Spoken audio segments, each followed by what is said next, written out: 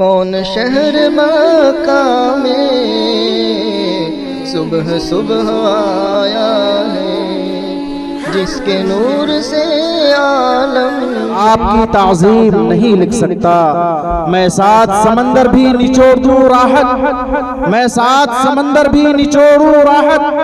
آپ کے نام کی ایک میم نہیں لکھ سکتا۔ جناب صدر محترم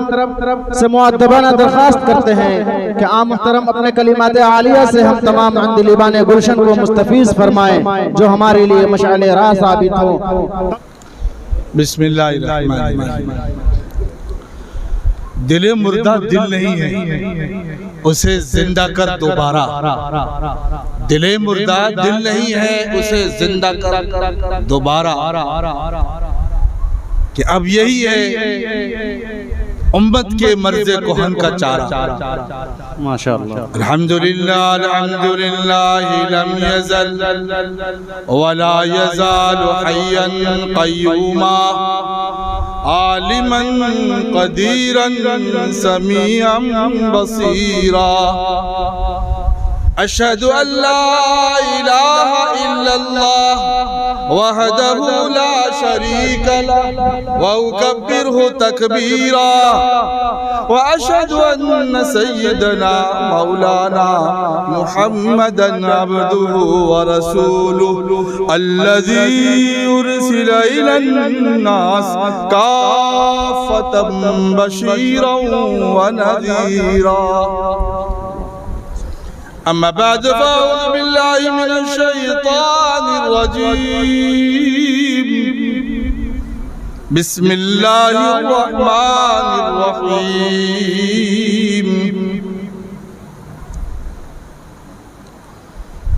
ان ولی اللہ الذی نزل الکتاب وَهُوَ يَتَوَلَّى الصَّالِحِينَ۔ صدق اللہ مولانا العظیم۔ سبحانک لا علم لنا الا ما علمتنا انک انت العلیم الحکیم۔ اللہم صل علی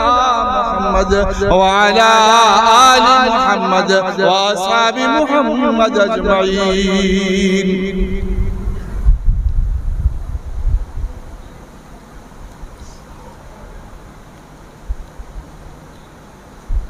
بزرگوں، محمد الرسول اللہ صلی اللہ علیہ وسلم کے لاڈلوں اور پردے کے پیچھے سے سننے والیاں، میری بہنیں اور میری بیٹیاں، ماشاءاللہ آپ بہت دیر سے بڑی ہمت کے ساتھ اور صبر کے ساتھ آخرت کے وعدے پر یقین کرتے ہوئے مسجد کے مقدس جگہ پر نیکیاں بٹور رہے ہیں۔ یہ بہت خوشی کی بات۔ حالانکہ شیطان پوری کوشش کرتا ہے کہ ایسی مجلس سے کسی بھی بہانے کس طرح سے کس کو نکالا جائے، لیکن آپ پوری شدت سے اس کا مقابلہ کر رہے ہیں اور یہاں بیٹھے ہیں ہمیشہ کی زندگی کو بنانے کے لیے، مٹنے والی زندگی کو لگا رہے ہیں۔ اللہ کا شکر ہے اور احسان ہے کہ اللہ نے ایسی مجلس میں مجھے اور آپ کو بٹھایا اور توجہ کے ساتھ سننے کی توفیق عطا فرمائی۔ جتنی توجہ دو گے اتنی اللہ قیامت میں آپ پر توجہ دے گا، بلکہ اللہ اپنی شان کے مطابق اور بھی زیادہ احسان اور عنایات اور انعام کی توجہ آپ پر رکھے۔ آج آپ تو سنتے ہی رہتے ہیں، اکثر ایسا ہوتا ہے کہ مردوں کو ایسی مجلسیں ملتی ہی رہتی ہیں، لیکن عورتیں سنیں کہاں؟ حالانکہ عورتیں ہی ہمارے معاشرے کی جڑ ہیں اور اسی جڑ کی بنیاد پر ہی معاشرہ اسلام کا ہرا بھرا رہ سکتا ہے۔ بے شک۔ اس لیے میری خطاب کا زیادہ تر رخ ہماری بہنیں اور بیٹیاں، قرآن کریم کی جو آیت میں نے پڑھی ہے، جو قرآن سے تعلق رکھتا ہے، جو قرآن پر مٹتا ہے، جو قرآن کی خدمت کو اپنے لیے سرمایہ حیات سمجھتا ہے، جس کو آخرت کی زندگی پر یہ یقین ہے کہ آخرت کی زندگی کی کامیابی کا راستہ قرآن کے دروازے سے ہو کر ہی جاتا ہے، تو وہ اس آیت میں اپنے جذبات کی ترجمانی پائے گا، اس آیت میں اپنے دل کی آواز پائے گا۔ ان ولی اللہ الذی نزل الکتاب۔ کوئی کہتا ہے زندگی کیسے گزارو گے دشمنوں کے بیچ، کوئی کہتا ہے زندگی کیسے گزارو گے مہنگائیوں کے بیچ، کوئی کہتا ہے زندگی کیسے گزارو گے اتنی ساری پریشانیوں کے بیچ۔ قرآن کہتا ہے تو قرآن سے وابستہ ہے، اللہ نے تجھے آواز دی ہے تو آواز لگا، میرا رکھوالا تو اللہ ہے۔ ان ولی اللہ الذی نزل الکتاب، جس نے قرآن اتارا۔ اللہ تبارک و تعالیٰ یہ بھی کہہ سکتے تھے اس طرح سے مجھے پکارو اور اس طرح سے میری دوستی کا اعلان کرو۔ وہ اللہ جو قدرت والا ہے، وہ اللہ جو عظیم ہے، وہ اللہ جو سارے صفات جو اللہ کے ہیں وہ سب اللہ تبارک و تعالیٰ اس میں سے کسی اور صفت کو لگا دیتا، لیکن اللہ نے اپنی خاص صفت، وہ اللہ میرا دوست ہے جس نے قرآن اتارا۔ اس قرآن کی طرف اشارہ کر کے اللہ کی صفت کو قرآن کی طرف موڑ کر ہمیں بتایا کہ سب سے بڑا انعام کا میری ذات پر میری سانس نہیں، میری ذات پر میری بدن نہیں، میری ذات پر میرا ملک نہیں، میری ذات پر میرا وطن نہیں، میری ذات پر میرا سب سے بڑا احسان میرے رب کا مجھ پر ہے، تو وہ قرآن۔ اس قرآن سے میں لگا رہا تو میں انسان بنوں گا، وہ انسان بنوں گا جس کو فرشتے بھی سلام کرتے نظر آئیں گے، وہ انسان بنوں گا جس انسان کو فرشتے اپنی نورانیت کو بھول کر سجدہ کرنے پہ مجبور ہوں۔ ان ولی اللہ الذی نزل الکتاب وہو یتولی الصالحین۔ میری فکر چھوڑ دو، وہ تو نیکیوں کا، نیکی کرنے والوں کا رکھوالا ہے، وہی حفاظت کرنے والا ہے۔ ہم نے نیکی کی ہے قرآن سے جڑ کر، وہ قرآن کی وجہ سے ہی ہم پر احسان فرمائے گا۔ سارے پرابلم، سارے مسائل، ساری بے عزتی، ساری رسوائی ختم کرنے والی ذات اللہ کی اس وجہ سے ہے ہم قرآن سے جڑے۔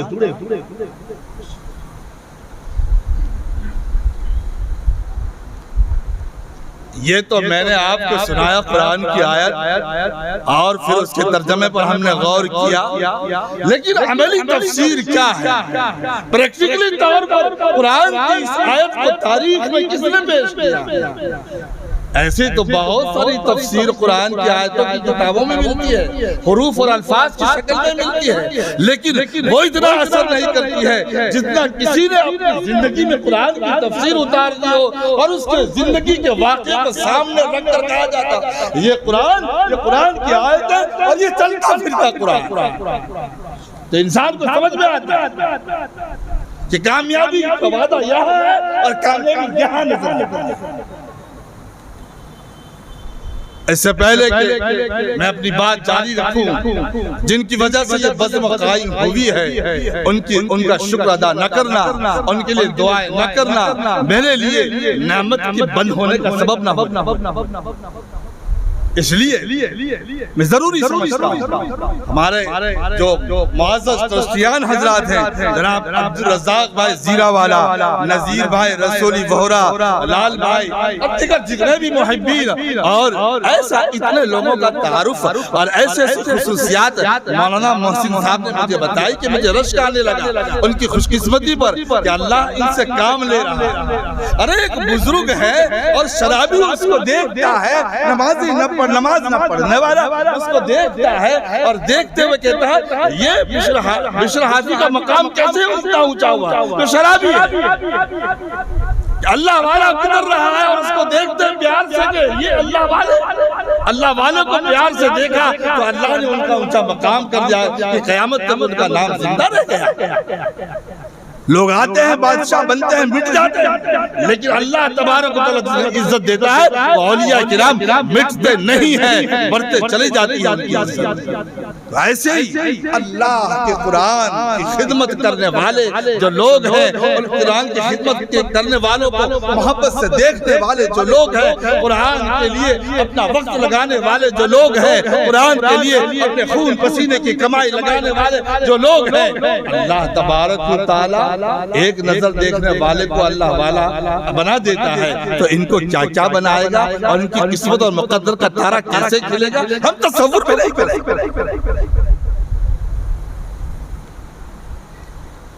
تو محترم دوستو، میں ان سب کا شکر گزار ہوں، ہمارے مولانا محسن صاحب نے حرکت کر کے اور پوری توجہ کے ساتھ ان بچوں پر محنت کر کے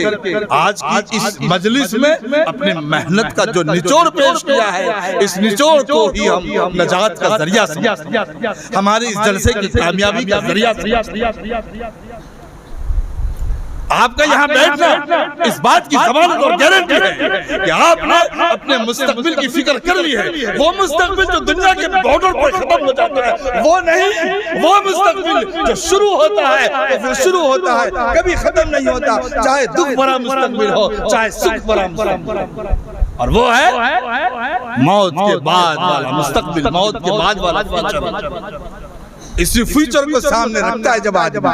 آخرت کے فیوچر کو سامنے رکھتا ہے جب آدمی، صاحب ایمان ہوتا ہے جب آدمی، تو اس کی دنیا کی زندگی، اس کا فائدہ، اس کی رونق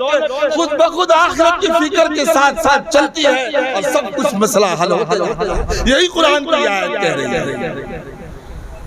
اور اب تاریخ سے ہم یہ بتائیں کہ کس طرح سے قرآن کی اس آیت پر کیسے عمل کرتا ہے وہ شخص جس کے بعد دنیا کی سب سے بڑی سلطنت، جو بادشاہ ہے، جو خزانوں کا مالک ہے، اور جو جتنا چاہے دنیا کے اعتبار سے اپنا محل اور عیش و عشرت کے سارے اسباب جمع کر سکتا ہے، عیش کر سکتا ہے، لیکن وہ نہیں کرتا ہے۔ بچوں کو تعلیم دیتا ہے تو قرآن کی تعلیم دیتا ہے، کیونکہ جانتا ہے کہ قرآن کی تعلیم ہی اس دنیا میں ہی انسان کو بادشاہ نہیں بناتی، وہ بادشاہ دیتی ہے جس کو شیطان بھی چھین نہیں سکتا، وہ بادشاہت دیتی ہے کہ جس کو موت بھی جس کا کچھ بگاڑ نہیں سکتی۔ اسی لیے تو آج بھی ہم کس کو کہتے ہیں سلطان الہند، کس کو کہتے ہیں؟ خواجہ معین الدین چشتی سنجری رحمت اللہ علیہ، کیا وہ بی کام تھے، LLB تھے، کیا وہ PhD تھے، یا کوئی ڈگری دنیا کی حاصل کی تھی؟ دنیا کی ڈگری جیسے ہی سانس بند ہوئی اس میں اور ردی کے کاغذ میں کوئی فرق نہیں، لیکن یہ ڈگری، یہ جو گارنٹی والی جو پلاٹ جنت کے مولانا محسن نے محنت کر کے ان کو دیا ہے، تو کیا کوئی ان سے چھین سکتا ہے؟ لوگ کہتے ہیں یہ بنو گے تو یہ ملے گا، یہ بنو گے تو یہ ملے گا، ہم کہتے ہیں ملے گا جب دنیا میں زندہ رہیں گے، اور موت تو کبھی بھی آ سکتی ہے۔ کبھی ایسا بھی ہوا ہے کہ ڈگری لینے کے لیے اسٹیج پر چڑھا اور بہت فرسٹ اور پرتھم پورے ہندوستان میں آیا، اور اب وہ آئیے 100% بنتا ہے، وہی آئی 100% دوسرے دن مر جاتا ہے۔ تاریخ میں اخبار کے صفحات پر ایسے کتنا واقعات، لیکن مر بھی گیا کہ پڑھتے پڑھتے قرآن اس دنیا سے چلا بھی گیا۔ ہم کہتے ہیں ہمیں اطمینان ہے جو دولت اس نے حاصل کی تھی وہ دولت آگے جا کے اور اس کے کام۔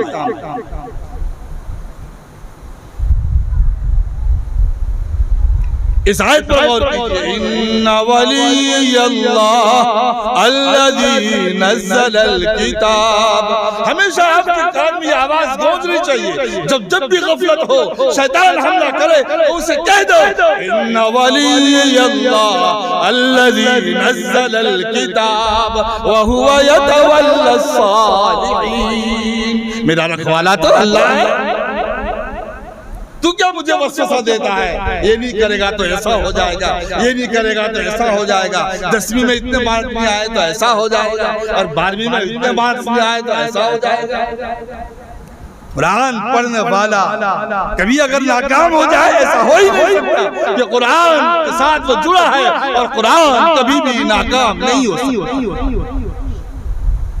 یہ اللہ کا وعدہ ہے اور سچا وعدہ ہے، ایسی سچائی جس کی بلندی کو آج تک کوئی چھو نہیں سکا، ایسی سچائی جس کو اس کا پکا دشمن بھی آج تک جھٹلا نہیں سکا۔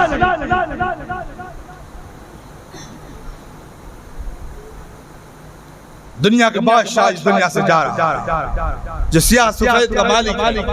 ایسے آج کے لوگوں کی طرح نہیں کہ پارلیمنٹ میں اس کو جواب دینا پڑے کہ آپ یہ ایسا کیوں کیا اور یہ سا خرچہ کیوں کیا، کہاں سے لایا۔ ہر طرح کا اختیار اس کے ہاتھ میں ہے، لیکن اس کے باوجود کیونکہ اسے معلوم ہے کہ قرآن کی سچائی، کیونکہ اسے معلوم ہے کہ قرآن سے وابستگی، ظاہری اعتبار سے اگر ناکامی کسی کو نظر آتی ہو اس نقشے میں تو ناکامی ہے ہی نہیں، یہی کامیابی ہے۔ یہ ہے حضرت عمر ابن عبدالعزیز رحمت اللہ علیہ، ان کا انتقال کا وقت ہو گیا۔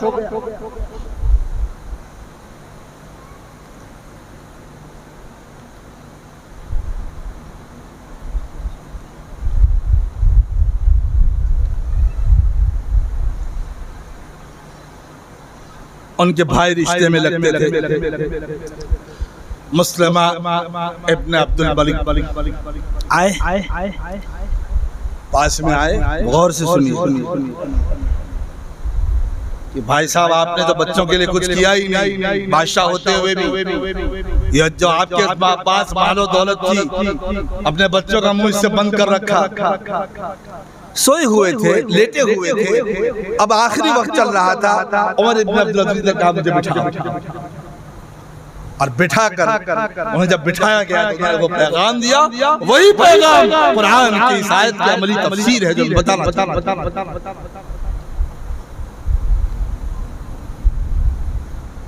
اب مجھے بٹھاؤ، بٹھایا جب گیا، تم نے ایسا کہا کہ میں نے میرے بچوں پر میرے پاس جو مال و دولت ہے اس سے ان کا منہ بند رکھا، خدا شاہد، اللہ کا واہ ہے، میں نے کسی کا حق چھین کر ایسا نہیں ہوا کہ ان کو دے دیا ہو، اور میں نے ان کا واقعی حق ان کو نہ دیا ہو، ایسا ہو ہی نہیں سکتا۔ ان کا سب سے بڑا حق کیا تھا؟ ان کا سب سے بڑا حق یہ تھا کہ ان کی تربیت بہترین کی جائے۔ اللہ کا شکر ہے، مجھے اعتماد ہے میرے بچوں کی تربیت صحیح طریقے سے ہوئی۔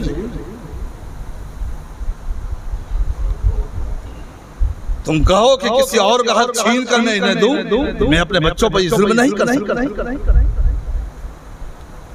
جو ان کا حق تھا، اور باپ پر سب سے بڑا حق اگر ہے یہ ہمیشہ یاد رکھنا چاہیے۔ ارے پلانا کھلانا تو یہ جانور بھی اپنے بچوں کو پلاتا کھلاتا ہے، کون سا کمال کر دیا اس نے؟ غیر بھی اپنے بچوں کو کھلاتا پلاتا ہے، کون سا کمال کر دیا اس نے؟ اس بچے کو ہیرے کی طرح بنانا، ایسا ہیرا جو جگمگاتے رہے، اس کی روشنی قبر کی تنگیوں میں قبر کی اندھیریوں کو دور کرتی ہے، اسے کہتے ہیں باکمال آدمی۔ اللہ کے رسول نے فرما دیا، اعلان کر دیا کہ عقل مند تو وہی ہے جو مرنے کے بعد کی زندگی کی تدبیریں کرے، اور باپ کی کامیابی یہی ہے بچے کی تربیت ایسی ہو کہ اس دنیا سے جانے کے بعد بھی نیکیوں کا سلسلہ بند نہ ہو، اور کل قیامت میں اللہ تبارک و تعالی اسے اپنے بچوں کی تربیت پر بہترین انعام سے نوازے۔ اللہ کا انعام تو اللہ کا انعام ہے، یہاں کا چھوٹا سا انعام پا کر ہم جب خوش ہوتے ہیں اور حوصلہ بڑھتا ہے تو وہاں کے انعام کی تو بات ہی۔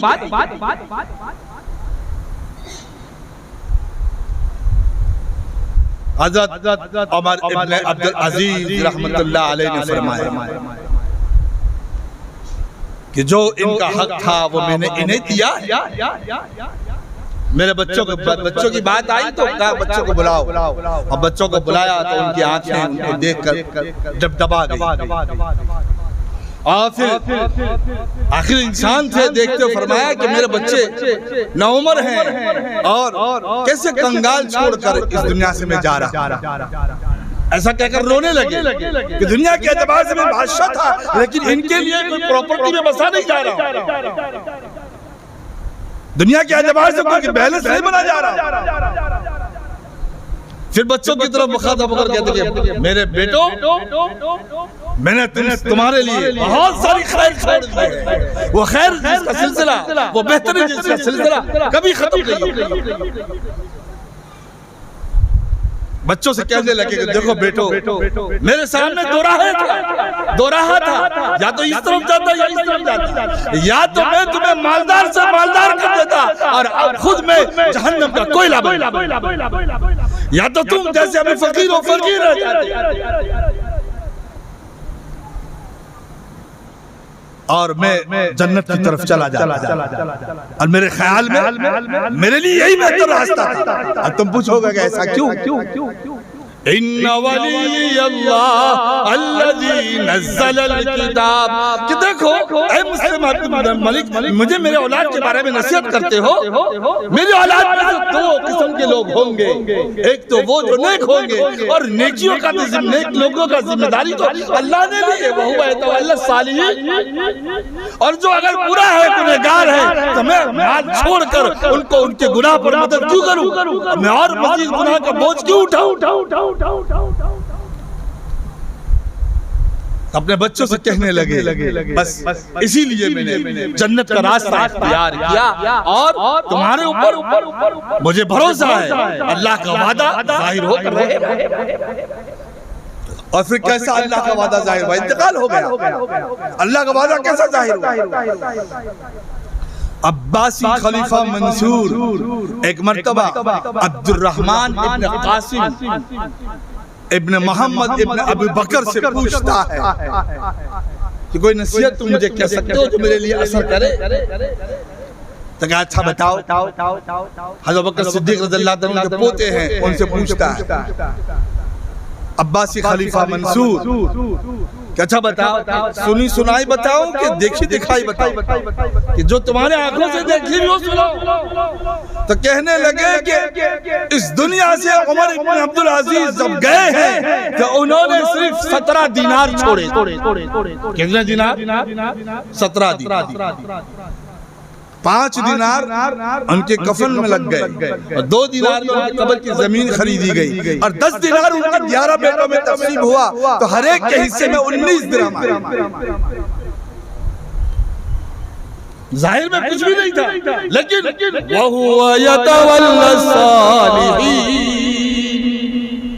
اب یہ آیت عملی طور پر کیسے ظاہر ہوتی ہے؟ آپ یہ سمجھتے ہیں مسجد کا ملا بیٹھ کر قرآن کو رٹاتا ہے، اس کے بعد پھر اس کی حد کیا ہے، آگے کا فیچر کیا ہے؟ اسی میں سارا فیچر، اسی میں دنیا کی رونق، اسی میں شیطان سے لڑنے کی طاقت، اور اسی میں موت پر فتح حاصل کرنے کے اسباب۔ وہ صرف قرآن رٹاتا ہے، دنیا آخرت ہی نہیں بناتا ہے، اس دنیا کو نہیں بناتا ہے۔ آپ کی روزی کو آپ کے لیے آسان کر رہا ہے، آپ کو شیطان سے لڑنے کا اسٹیمنا دے رہا ہے، آپ کے گھر میں سکون اور راحت اور میاں بیوی کے درمیان لڑائی کو روکتا ہے۔ کتنے سارے مسائل کا علاج مولوی مکتب میں بیٹھا کرتا ہے۔ اسی لیے اس کی اہمیت کو سمجھئے، جب بادشاہ اپنے پاس سب کچھ ہوتے ہوئے سمجھتا ہے تو ہمارے پاس ایسا سب کچھ دنیا، اتنا جھمیلا، ایسی 10 زندگی ہم پالے پھر بھی ہم ایسی رونق اور ایسا جھمیلا، ایسا پیسہ، ایسا بیلنس نہیں کر سکتے۔ اور پھر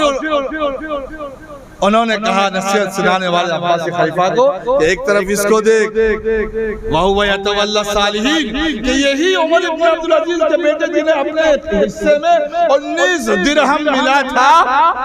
ایک زمانہ ایسا آیا کہ اللہ کی راہ میں ایک ایک بیٹا 300 گھوڑے دیتے، اور ایک گھوڑا آج کے زمانے کے اعتبار سے 1 لاکھ روپے کا سوچے ہم، وہ بھی جو جنگ میں لڑنے والا گھوڑا ہو تو اس کی کتنی قیمت ہوگی؟ ایک ایک بیٹا اللہ کی راہ میں 300 گھوڑے دیا، تو کتنا پیسہ اس 19 درہم کی برکت تھی، کتنا پیسہ ان کے پاس آیا، اور کیسا اللہ نے ان کی رکھوالی۔ اور ایک طرف ہشام ابن عبد الملک کا یہ بھی سن،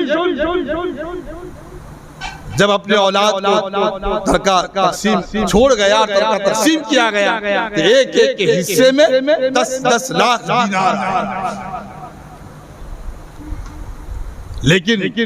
یہی دمشق کے باہر کی مسجد کی سیڑھیوں پر ان کو میں نے لوگوں کے سامنے بھیک مانگتے ہوئے، ان ولی اللہ الذی نزل الکتاب وهو يتولى الصالحین۔ آپ کو سمجھ میں آیا؟ قرآن کی تفسیر تاریخ کی گواہی کے ساتھ، پریکٹیکلی تفسیر کے ساتھ آپ کو سمجھ میں آیا؟ قرآن ہی سارے مسئلے کا حل ہے۔ ہمارا بچہ قرآن پڑھنے جا رہا ہے، اس کا مطلب یہ ہے ہمارے گھر میں نیکیاں لا رہا ہے، ہمارے گھر سے برائیاں دور ہو رہی ہے، ہمارے گھر سے پریشانیاں ختم ہو رہی ہیں۔ اور اگر بصورت دیگر اگر ایسا نہیں ہے، مائیں دھیان نہیں دے رہی ہے، بیٹا دھیان نہیں دے رہا ہے، دنیا تو عذاب اور جہنم بنے گی ہی، آخرت اس سے بھی زیادہ خطرناک جہنم بنے گی۔ قرآن صاحب کہتا ہے مجھے میرا حکم توڑو گے، میرا حکم چھوڑو گے تو دنیا کا عذاب تو ہے ہی، وَالْعَذَابُ الْآخِرَةِ أَكْبَرُ۔ اسی لیے قرآن نے کہا کہ دیکھو اپنے بچوں کو سنبھالو، تمہاری نماز تم چاہے مسجد حرام میں جا کر روزانہ وہاں جا کر چارٹر پلین خرید لو، اور روزانہ وہاں جا کر مسجد حرام میں جا کر مقام ابراہیم کے پاس جا کر روزانہ وہاں جا کر باجماعت فجر کی نماز پڑھ کر اشراق پڑھ کر دعا کرتے رہو، پھر بھی اللہ پاک کی قسم تم سے حساب ہوگا، تمہاری نماز بیکار جائے گی اس وقت جب کہ تم نے اپنے اولاد کی فکر نہیں، اپنی نماز اپنی اکیلے کی نمازوں سے کچھ نہیں ہوتا۔ قرآن کہتا ہے یا ایھا الذین آمنوا قوا انفسکم واہلیکم نارا، اپنے آپ کو نہیں گھر والوں کو بھی بچاؤ، بچوں کو بھی بچاؤ، بیوی کو بھی بچاؤ، سب کو بچانا ضروری ہے۔ اگر بچاتے نہیں ہیں پھر آخرت پر ہمارا یقین نہیں، دنیا کی مصیبت پر یقین ہے تو جیسے ہی پریشانی آئی، دھرتی کم کیسے آتا ہے آیا تھا 2001-2 میں تو کیسے سب گھر دوڑے تھے کہ پتہ نہیں کیا ہو گیا، اس سے کہیں زیادہ قرآن نے کہا ان زلزلۃ الساعۃ شیء عظیم، قرآن کا دھرتی کم اور آخرت کا عذاب اور تکلیف اس سے بھی کہیں زیادہ میری بندیوں پہ آئے گی، اس وقت تم اس کے کامیاب شوہر ہو، وفادار باپ ہو، وفادار بھائی ہو، دوڑو اور اپنے گھر والوں کو سنبھالو کہ کہاں کس طرح سے آخرت کی مصیبت میں کہیں ہمارا رشتہ دار، میری بیوی، میرے بچے پھنستے تو نہیں جائیں، ورنہ ساری عبادتیں ہم تو اتنی کرتے بھی نہیں ہیں، سب بیکار چلے۔ آپ غور کیجئے اللہ والے جتنے بھی گزرے ہیں کیا وہ گفاؤں میں رہ گئے؟ اور گفاؤں میں رہنا اسلام ہے؟ اگر گفاؤں میں رہنا اسلام ہوتا تو غار حرا سے آپ نکلتے نبی میں قرآن لے کر بیٹھا ہوتا۔ پتہ نہیں بات کرنے کا موقع آپ سے کب ملے نہ ملے، اس لیے کہتا چلا جاتا ہوں یہ بات یاد رکھیے، اپنے بچوں پر خاص کر بچیوں پر آج کی اس دور میں دھیان نہیں دیا تو سب سے بڑا جنات شیطان کا سب سے بڑا جال سوشل میڈیا انسان تباہ برباد۔ یہ قرآن کا شعور ہی اسے بتائے گا یہ دھوکہ ہے، یہ نقصان ہے، یہ جہنم کا راستہ ہے، یہ جنت کا راستہ ہے، ورنہ سوشل میڈیا اس کے دھوکے میں ایسا ڈالے گا اسی کو کامیابی، اسی کو مزے کی چیز اور اسی میں ہنسنا اور اسی کے پیچھے پڑے رہنا اپنے آپ کی کامیابی سمجھے گا۔ آج چاہے مسلمان ہو چاہے غیر مسلم ہو ہر ایک اس سے پریشان ہے، اور اس سے نمٹنے کا صرف ایک ہی طریقہ ہے قرآن سے آپ جوڑ۔ کیا ایسا ہو سکتا ہے آپ سے کہہ دیا جائے، میرے ذہن میں ایک دم سے یہ سوال اٹھا، ایسا آپ سے کہہ دیا جائے ادھر یہاں سے 10 کلومیٹر دور ایک جنگل ہے، اس جنگل میں شیر ہے، اس جنگل میں بچھو ہے، اس جنگل میں سانپ ہے، خطرناک جانور حملہ کر سکتے ہیں، زہر بھرا ڈس لے کر بیٹھے ہوئے ڈس سکتے ہیں، کیا آپ اپنے اکیلے بچے کو کہو گے بیٹا اس راستے سے مت جانا؟ پھر ڈر ہو کہ جائے گا تو میں جاؤں گا اس کے ساتھ، یا اکیلے نہ جائے میں جاؤں گا اس کے ساتھ۔ ان سانپوں سے، ان درندوں سے، ان خطرناک جانوروں سے، ان ٹکا موٹی کرنے والے خطرناک قسم کے جنگلی جانوروں سے زیادہ بدتر اگر کوئی چیز ہے تو ہمارا آج کا سوشل میڈیا ہے۔ اکیلے اپنے بچوں کو نہ دیکھنے دو، ان پر نگرانی رکھو، ورنہ اس سے بھی کہیں زیادہ آخرت کو تباہ کرنے والے اور دنیا میں تمہارے لیے مصیبت اور ظلم بننے والے یہ لوگ پیارے آقا صلی اللہ علیہ وسلم کی حدیث یاد رکھو، اللہ کے رسول نے جو بھی بات بتائی ہے کوئی وہ الیکشن لڑنے والے نیتا کی طرح جھوٹ موٹ کی بات نہیں ہے، ان کو اپنی نبوت بچانے کے لیے ووٹ لینے کی ضرورت نہیں ہے۔ وہ جو کچھ بھی کہتے ہیں ہمارے فائدے کے لیے کہتے ہیں، وہ جو کچھ بھی کہتے ہیں اس میں سچ ہوتا ہے، سچ کے سوا کچھ نہیں، اور 100% گارنٹی فائدہ ہوتا ہے، نقصان ہوتا ہے۔ کیا کہا اللہ کے رسول نے؟ پیارے آقا صلی اللہ علیہ وسلم نے فرمایا، یہ یاد رکھیے میری بہنیں، یاد رکھیں اس حدیث کو بار بار میں آپ سے کہتا ہوں اور اس حدیث کو بار بار دہراؤں گا، یہ حدیث کو بار بار یاد رکھیے کوئی شخص اللہ کی مخلوق کو خوش کرنے کے لیے اللہ کو ناراض کرتا ہے، کوئی شخص اللہ کی مخلوق کو خوش کرنے کے لیے اللہ کو ناراض کرتا ہے، تو اللہ تبارک و تعالیٰ اسی کو دشمن بنا کر اسی مخلوق کو اس پر مسلط کر دیتا ہے۔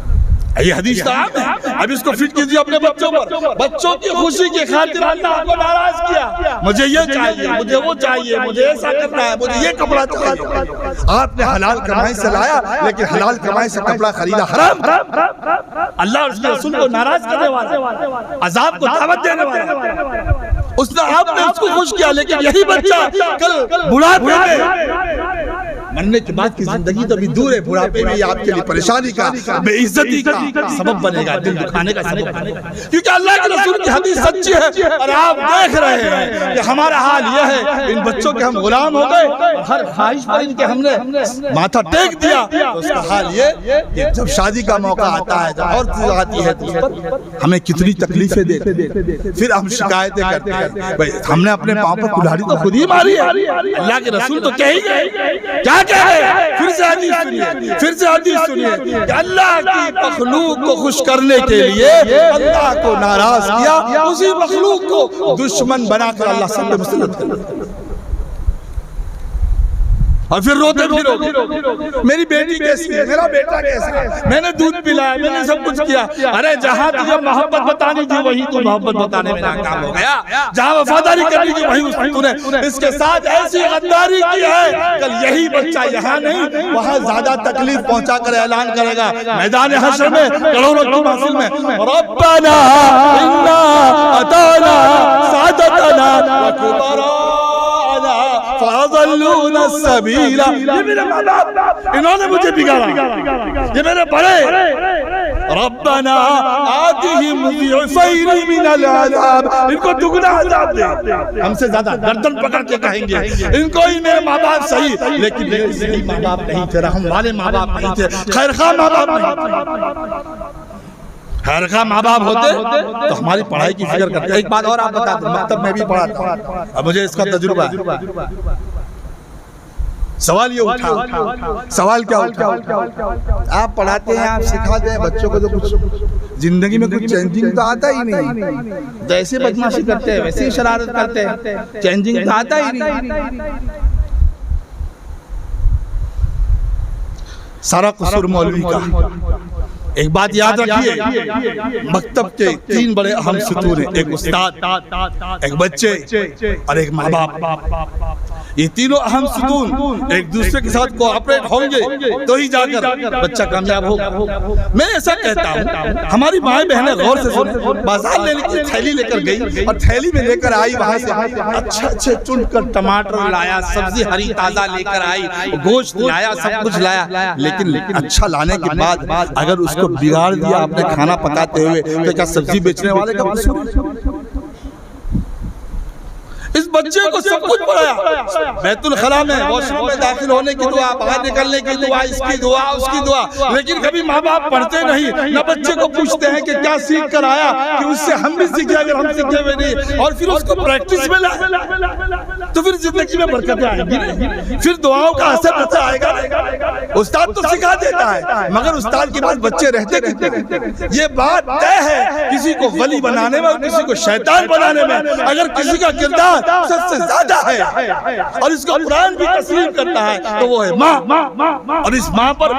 کیسے شیطان بنایا اور کیسے ولی بنایا، ان دونوں کے واقعات میرے سامنے ذہن میں ہے، لیکن وقت اجازت نہیں دے رہا، اس لیے میں کہوں گا، اور پھر کسی وقت مجلس ہوگی تو بتائیں گے کہ کس طرح سے ماں کا رول ہوتا ہے اولاد کو بگاڑنے میں، اور کس طرح سے ماں کا رول ہوتا ہے اولاد کو سنوارنے، اور کس طرح سے بچے کامیاب ہوئے ہیں تو اس کے پیچھے اصل کوئی ہے تو ماں ہے، اور بگڑا ہے تو اس کے پیچھے اصل کوئی ہے تو ماں ہے۔ اس لیے بچوں سے پوچھو بچے آج کیا پڑھتے ہیں، تمہیں استاد جی نے کیا سکھایا، اور پھر اس چیز کو عملی طور پر اس کی زندگی میں بسانے کی کوشش کیجیے۔ صبح اٹھا بچہ کو دعا پڑھائیے، بچہ دعا سیکھتا ہے، بیٹا استاد جی نے کیا سکھایا، چلو پڑھو الحمدللہ الذی، ساتھ میں وہ بھی پڑھ رہی احیانا بعد ما اماتنا، اس طرح سے کریں گے تب ہوگا۔ یہ بچوں کی زندگی اللہ نے اس طرح سے رکھی ہے، معصوم زندگی۔ اس معصوم زندگی میں بچہ آپ کے سامنے نہیں ہوتا ہے، وہ آپ کی باتیں سیکھتا ہے، اور آپ ان کے سامنے، وہ استاد بولتا ہے ایسا ہونا چاہیے، ایسا ہونا چاہیے، سچ بولنا چاہیے، سچ بولنے میں بہت فائدہ ہے، مگر ماں باپ کوئی جھوٹ بولتا ہے دیکھتا ہے تو وہ کہاں سے، کس آئینے سے اپنے آپ کو سنوارے گا؟ اس کے پاس تو ایک ہی آئینہ ہے، ماں باپ، اور جتنی برائیاں استاد بتاتے ہیں کہ نہیں کرنا چاہیے وہی ماں باپ میں ہوتی ہے۔ اب بچہ کس سے سیکھے گا؟ یہاں تو صرف لفظ زبانی سیکھ کے گیا، اور وہاں گھر میں جانے کے بعد اس کو اس کا غلط الٹا ہی نظر آتا ہے۔ اس لیے صرف باپ جانا کھلانے پلانے سے آدمی کامیاب باپ نہیں کہلاتا۔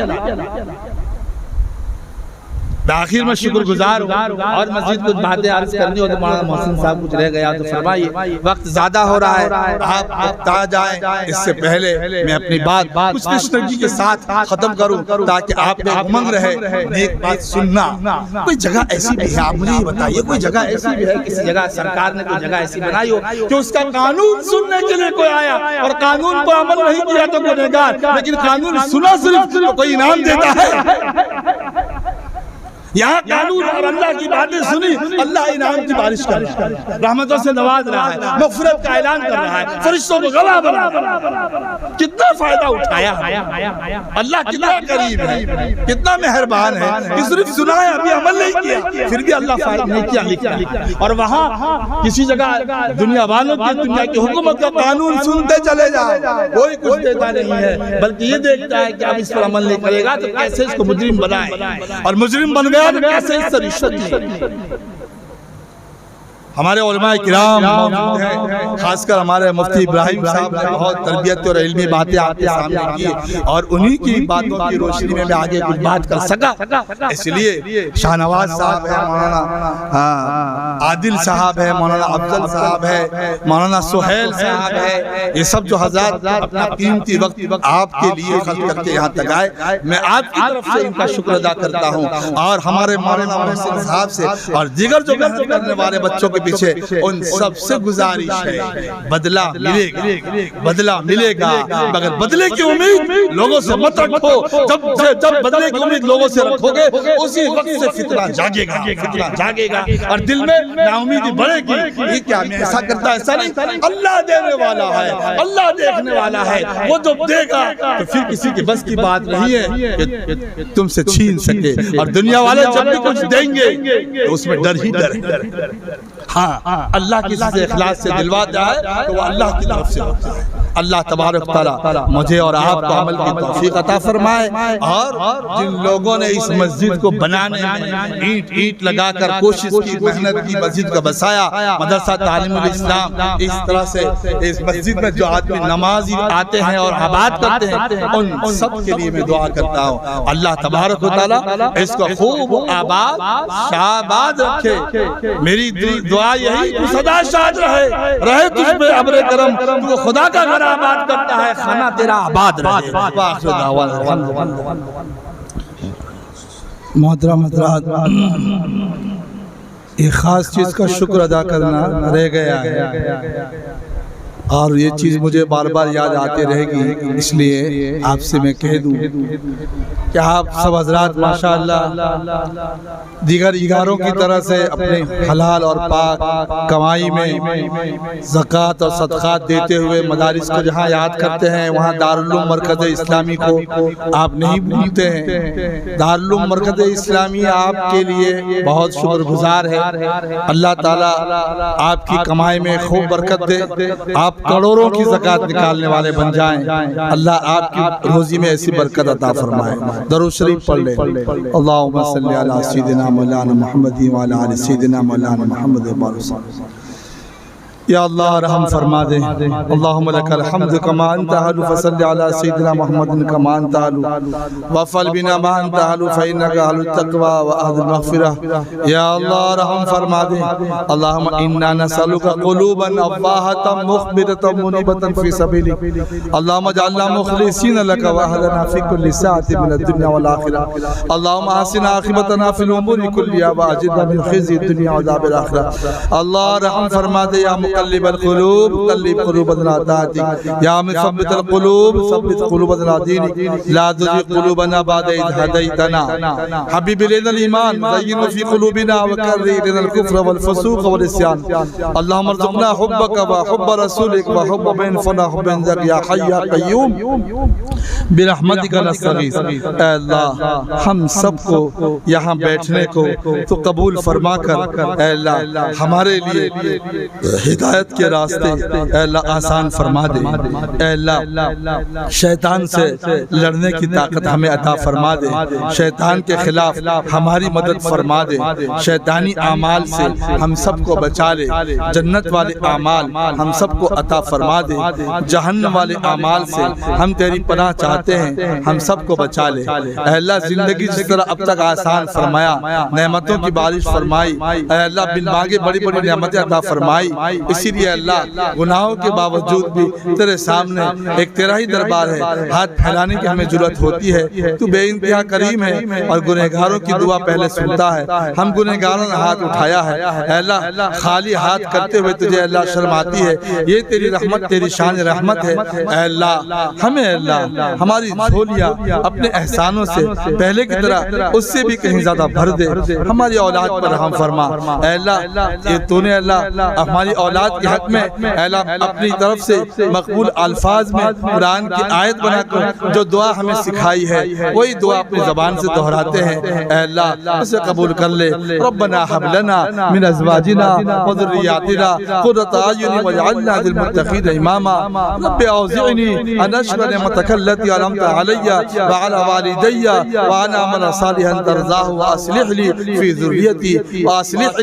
ذريتي اني تبت اليك اني من المسلمين اللهم ارحمنا اے اللہ اس مسجد کے بنانے میں جو لوگ اے اللہ اپنا جان اور مال لگا گئے ہوں اس دنیا سے چلے گئے ہوں ان کی قبر کو جنت کے باغیچوں میں سے ایک باغ بنا دے ان پر رحم فرما دے جتنے لوگ اے اللہ یہاں شریک ہوئے ہیں نہ صرف ان کو اپنے انعام سے اپنی محبت سے نواز دے بلکہ اللہ جن کی یہ نیک اولاد ہے جو مسجد میں بیٹھی اور تیری باتیں سنی ہیں اے اللہ ان کے مرحوموں کو بھی اے اللہ آج کے دن اللہ فیصلہ فرما دے اپنی رحمت کا اپنے انعام کا جنت کی کھڑکی کھولنے کا اور قبر میں وہ راحت اور عزت اللہ فرما کہ اللہ صبح قیامت تک وہ راحت اور وہ عزت ان کو ملتی رہے اور صبح قیامت کے بعد تیرے اولیاء کا سایہ نصیب ہو اولیاء کا ساتھ نصیب ہو تیرے نبی کی شفاعت نصیب ہو عرش کا سایہ نصیب ہو اے اللہ حساب آسان نصیب ہو پل صراط سے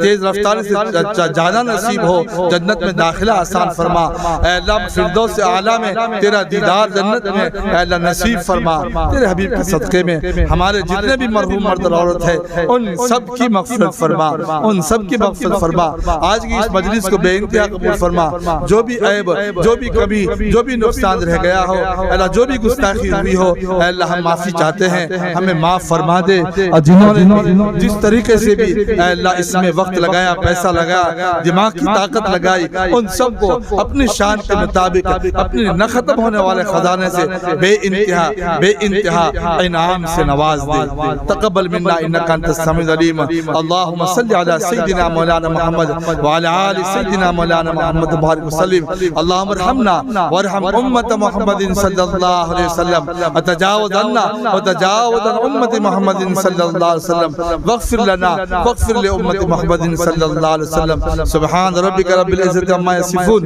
وسلام علی المرسلین والحمد للہ رب العالمین.